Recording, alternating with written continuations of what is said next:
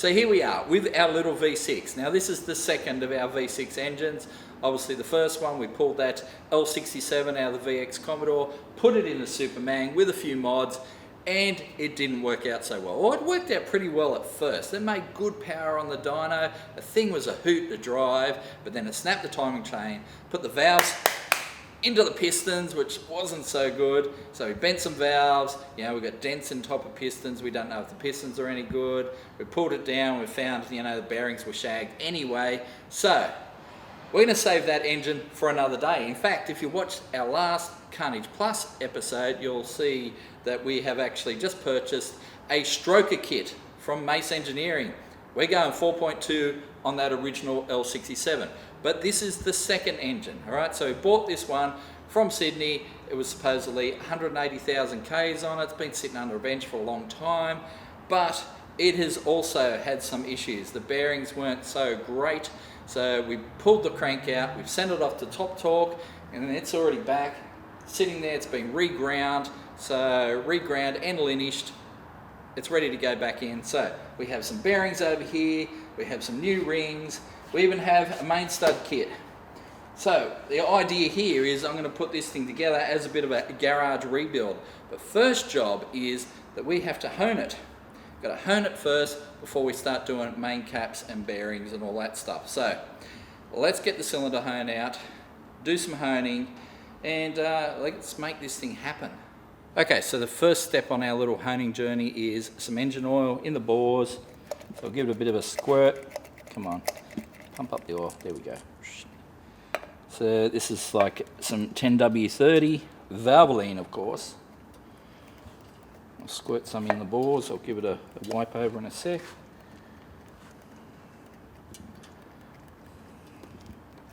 Right, give it a bit of a...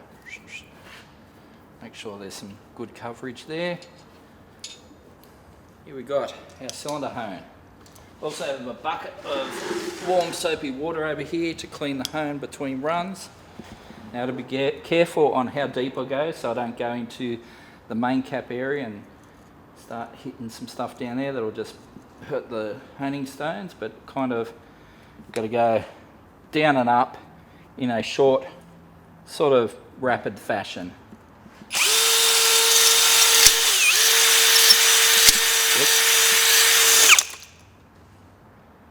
Yeah, oops. Well, that wasn't good.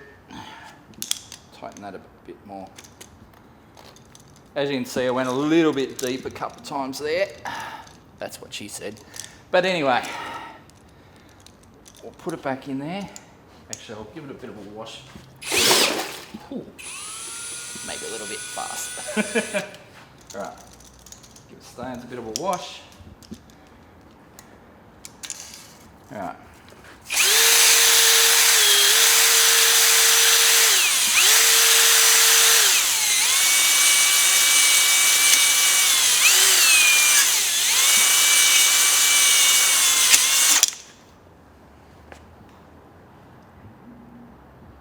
Yep, I think I'm getting a pretty good pattern on that. Yeah. Let's try the second one.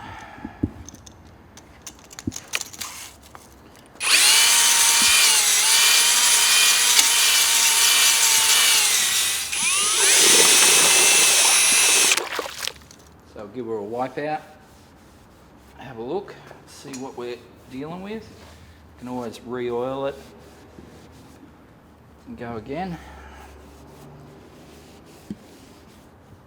Might give it another hit, but that's actually not looking too bad.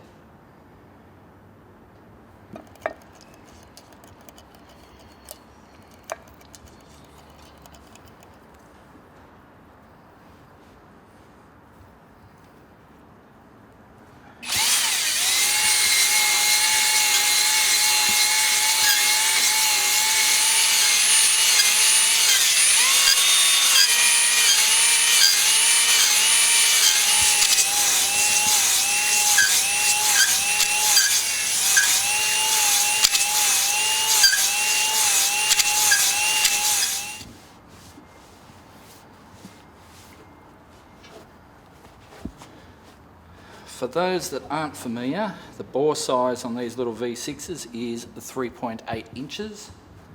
They have a stroke of 3.4 inches, which gives a cubic capacity of about 231 cubes. The stroker one takes the stroke out to 3.7 inches, I believe, so that'll give you, 4.2 litres thereabouts. Which, 253, I guess, is the equivalent cubic inches. Pretty much every Aussie child of my age would know that. The old 253 was pretty legendary back in the day. All us young guys used to froth over them because no one could afford the 5 litres, the 308, but anyway. It is what it is. So basically, not this engine. This engine's going to stay 3.8. The other engine, yeah, she's going to be a little 253, basically. That'll be fun. We'll have to work out what blower we're going to put on it. But anyway, in the meantime, let's finish this one up. See what power we can get out of it. Obviously, we've already run it on the dyno in its previous format. Obviously, we are also going to up the boost a bit further. But I'm very keen to see what this runs down the drag strip in 3.8 litre form before we go to 4.2. That's what this is all about. Obviously the other engine I also want to do a bit more proper because it's going to have some good gear in it. So I'll probably send that one off to like Top Torque or someone like that and get them to do the machining because yeah, we'll need some serious machining to get that stroker bottom end in. In the meantime, garage rebuild.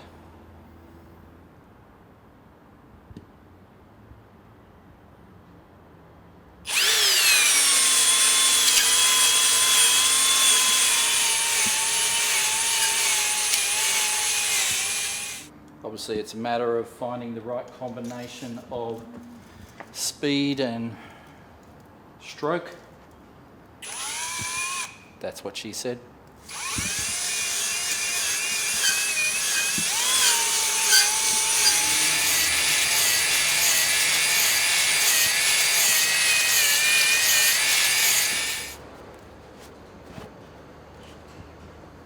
So now we're going to give that a clean out with our Valvoline WD spray.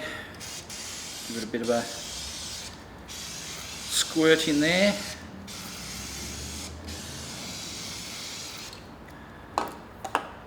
And a bit of a wipe.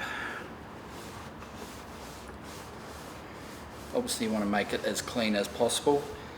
Basically if you can pull the rag out and it's still dirty, then it's not clean enough.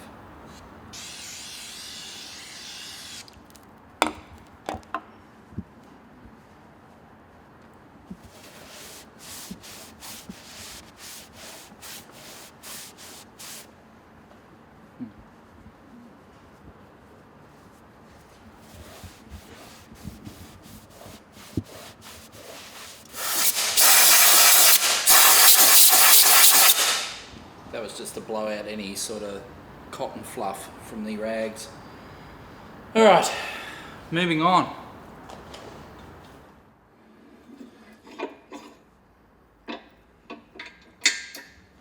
Well, now we're getting ready for what is going to be a fairly painful process. I could just put the bearings in, drop the crank in, lube it up, main caps, studs, and just send it. But even I'm not that dodgy. So what we're going to do is measure it all, which means we have to put the bearings in place. We have to then put the main caps and main studs and everything in place, torque them all up, measure the diameter of each bearing, write it on a little piece of paper, and then go measure the crank, write those figures on a piece of paper, and then minus A from B, or B from A. I'm sure one of you internet experts will remind me which way it was supposed to be. But anyway, basically you minus the diameter of the crank journals from the internal area of the bearings, and that will give you your bearing clearance. And we have to do that to make sure it's right. Because if we don't do it, we put it together and it's wrong, this isn't going to last long. So, yeah, this is going to be a long and slow process because not only do we have to put it all together, measure it all, then we have to pull it all apart again so then we can put it back together properly when we know it's right. Yeah. Fun. So here are our main bearings. You can see there's 6 shells that are all kind of the same, and then these 2 larger shells which are the thrust bearings which go on our second journal right there. You can see there's clearance marks just around the edge there where these side bits go, and they basically, you know, they clearance the back and forth movement of the crankshaft.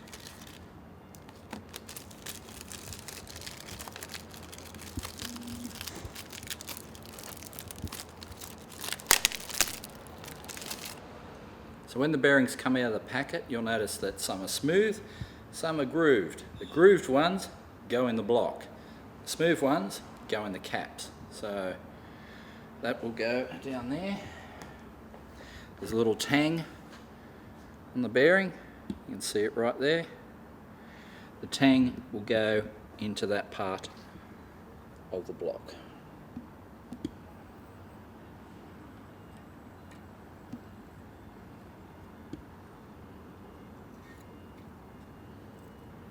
Something else you're going to notice when you're doing one of these engines is the bearing tangs are in different spots. So this is our number 4 cap, and you can see the tang's kind of in the right spot. But if we grab this bearing, see where the bearing tang is, see where it is, it don't line up. So just be careful with that. So we'll just slot that in there. Okay. So Mace have sent us out some ARP main studs, which include washers, nuts, and the lube. The lube's important. And we have some instructions, so I'll do a quick refresher just to remind myself what we're supposed to be doing. Yep, no, not going to do that. No, not going to do that. I'm just going to put a bit of lube on the threads of the studs.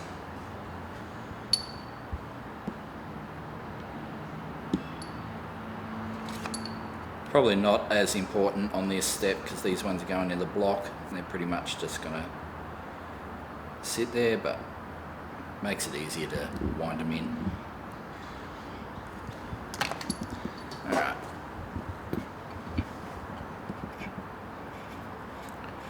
Wind them in by hand.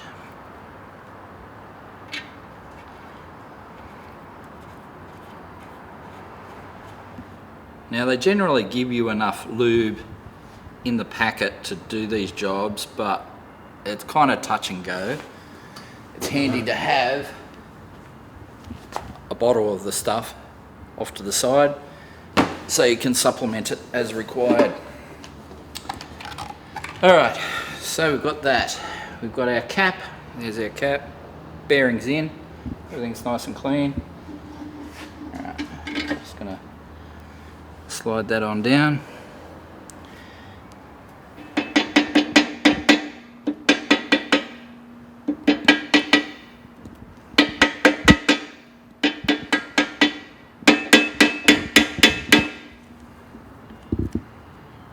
More lube, she said. Another washer.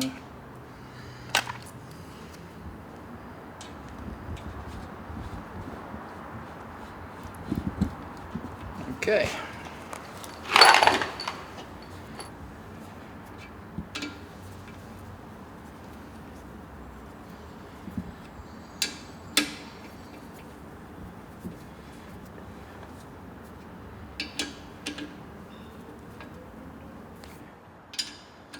So I'm not sure if it's really necessary to torque them down in a couple steps, but figure why not. We're going to start off with just 50 Newton meters. Eventually they've got to go to 80 foot-pounds, so I'll look that up in a sec. So Google says 108.5.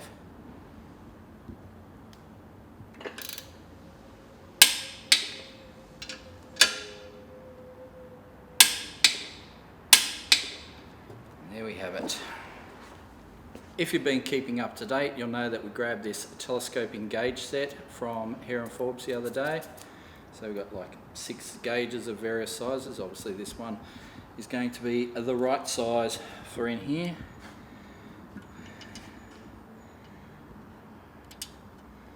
Alright, so position that in there, kind of line this up in the center of the bore. And then lock it up.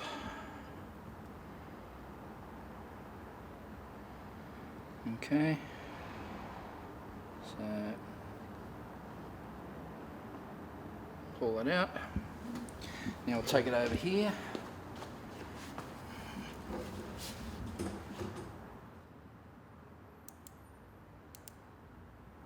Alright, so we measured it up and we come up with a figure of 2.4994. That's a lot of digits. The way we get to that is this is a 2 to 3 inch gauge, alright, so everything in there is going to be 2 point something. So we come across and we go 2.4. Now you can see the 0 here is just almost to the 5, so it almost was 2.5 inch. It's just a smidge off. Now each of these graduations between the 4 and the 5 are 25, okay, so add them together, 25, 25, 25, and then the last one is 24, which gives us 99, all right? So basically 25, 25, 25, and 24 is 99. For our last digit, we go across here and we line up the line. Oh, maybe I looked at it quite wrong. I reckon that last digit's actually 5. I'll re-amend that.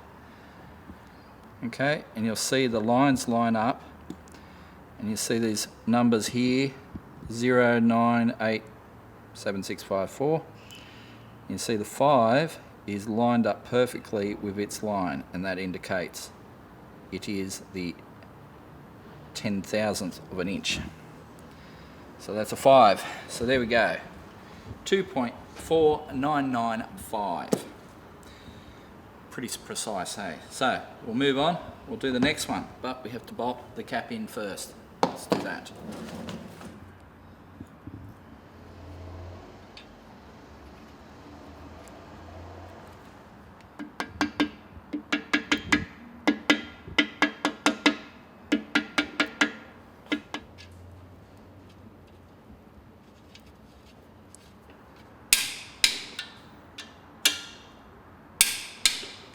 Okay.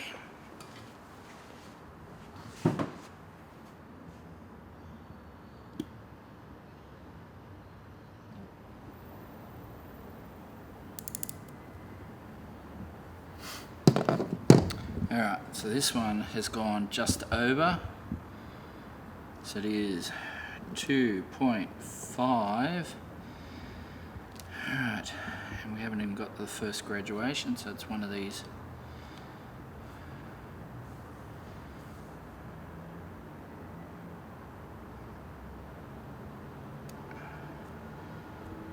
So it's 5, 0,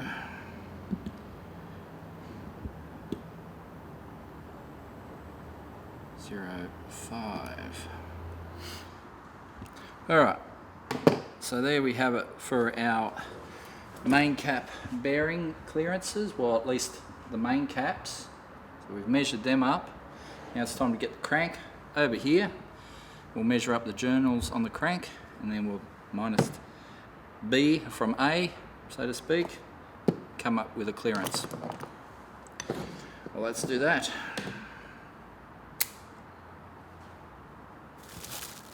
So we've had the guys at Top Torque linish the mains and then cut the rod journals, the big ends have been cut down by 10 thou. So the mains have just been linished, big ends are cut down by 10 thou.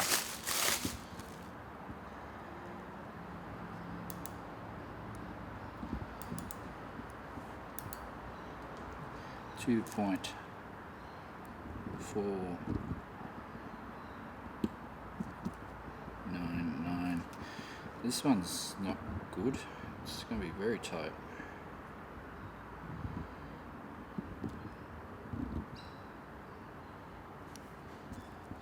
3.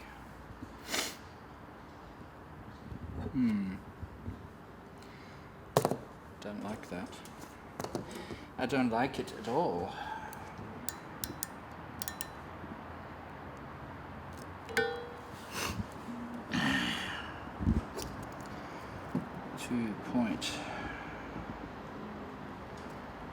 .499.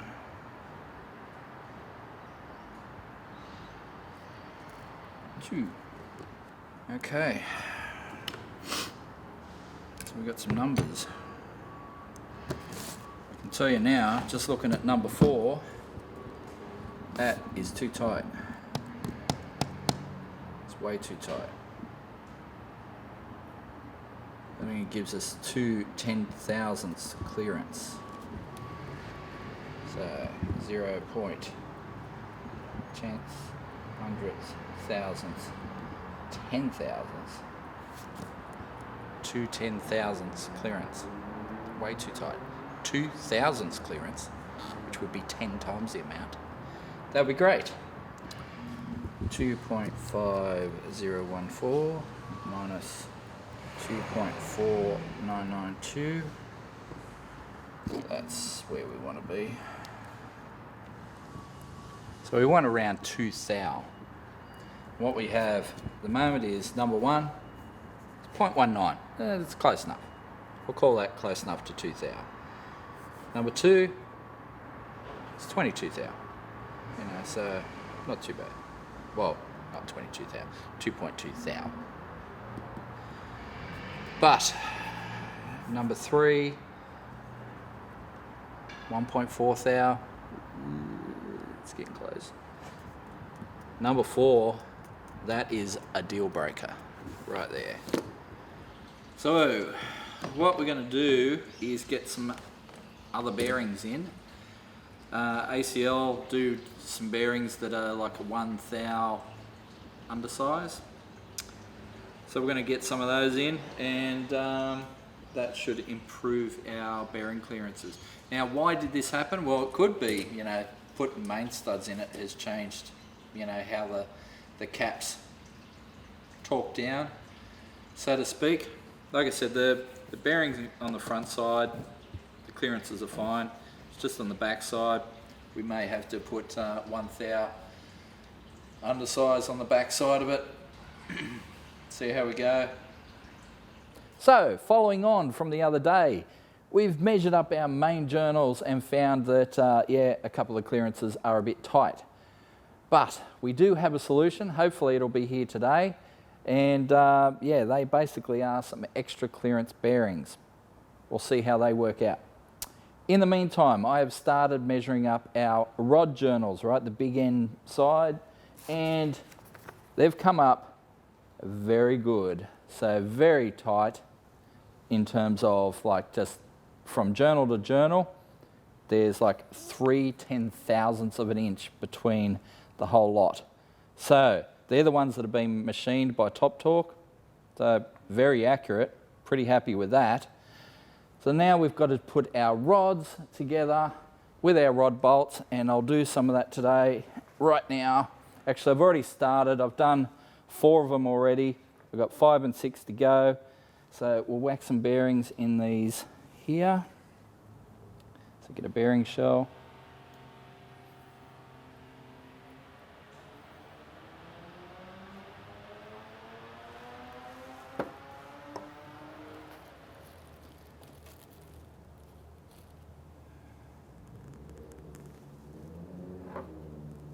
Okay.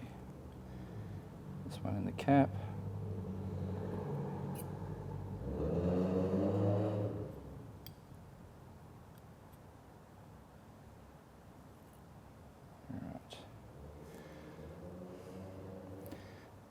So remembering how they go together, get our rod bolts.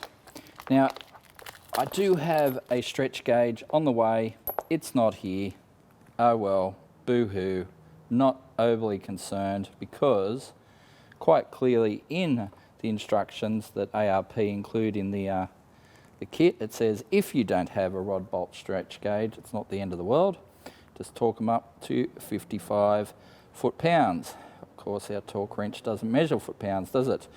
So Newton meters, which is 74.5 Newton meters. So we'll lube up our bolts, lube up the threads. Lube is good. That's what she said. Make a drinking game out of this yet. That's what she said. Okay. Alrighty. So we've got our rod bolts there, got our cap there, and our rod. Him onto him. Being very careful not to damage any bearings. Just screw it in by hand. It should go in by hand. If it doesn't, you've got a problem.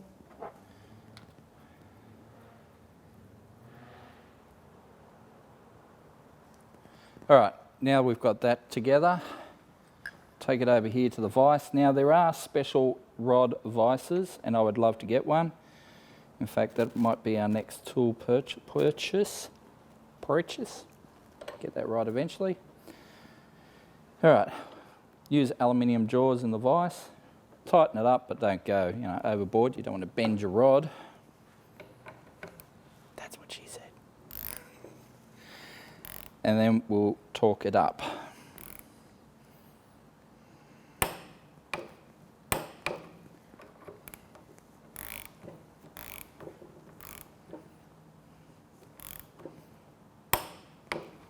Okay.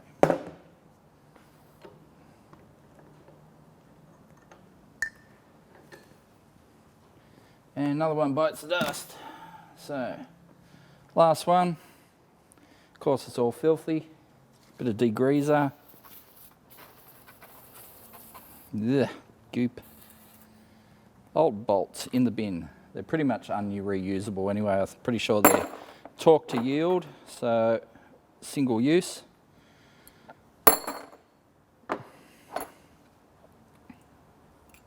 Okay.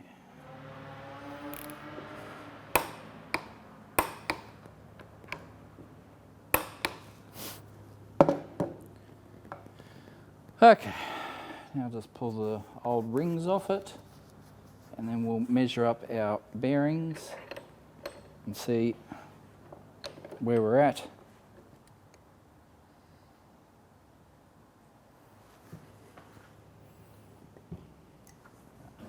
All right, we've got everything laid out, 6:1 rods and pistons.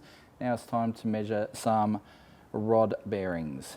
Now, there's a couple of different ways we can do this. We can do the plastic gauge method, which is cheap.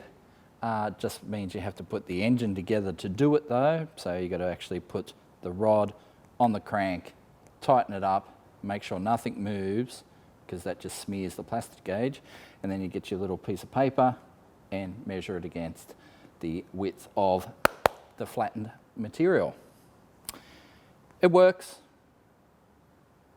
Not sure I'm a fan, but it works. We can also do the way that I did the mains, which is go in there with our little snap gauge, lock it in place, and then we can measure that distance, and that will give our distance that we need.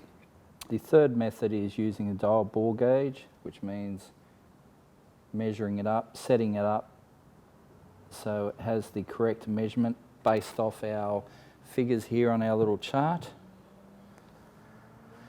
And then you would stick it in the orifice, and it'll give you, whoops, sorry, let's spin that around a bit. And it'll give you a figure.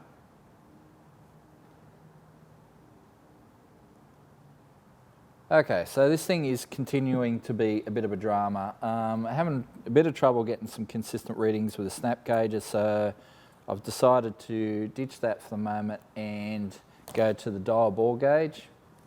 So I've set it up, so it's basically this 2.240 measurement that we've got off the all the journals. I'm on the crank over there on the ground. So set it up in our micrometer, so it basically zeroes out at that measurement. Get in there. Oops.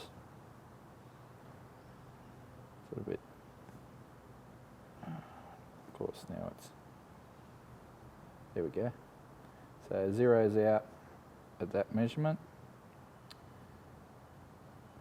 So that when we go here in our rod, stick it in there, and you can kind of rock it back and forth a little bit, and you'll see it comes up at about 4, just under 4 graduations away from that 0. Each graduation is 0.01 of a millimetre. So that means we're somewhere between 0.03 and 0.04 of a millimetre, which is, 1 to 1.5 thou. It's pretty tight anyway. So, and they're all coming up around that same measurement. I've already been across all of them. They average out at about 0.035 of a millimetre, which is about, 1.3 thou, something like that. Anyway, too tight. It needs to be like 2.5 thou, really. Somewhere around the 2 thou, a little bit over would be great. So this thing is continuing to fight us. This engine is giving me more drama than any engine I have ever dealt with in 30 years. I don't understand it. People are just going to say, yeah, V6 life. Yeah, you're probably right. And maybe we should just abandon the whole thing altogether, but I don't want to. We bought all these parts and stuff, and let's do something with it, So even if it is a slap together job, but we'll see what we can do. Whether it means sending the crank back to Top Torque and get them to linish a little bit off it, I don't know. I don't really want to go down that road if we have to. Top Torque have obviously done their job right. There's no doubt about it. Those measurements are super consistent, So you cannot complain about their work at all. They have done their job. It's just this engine is just being a bit of a bitch. Obviously, us putting ARP bolts through things may have changed things a bit, So a little bit more torque and tension off various things may have changed our clearances. We've got ARP main studs, ARP rod bolts. Maybe it's just me being overzealous with the ARP stuff that's causing the drama. So anyway, it is what it is. We're going to continue with it, but we've run out of time this episode, and basically you're going to have to see it all on a future episode of Carnage.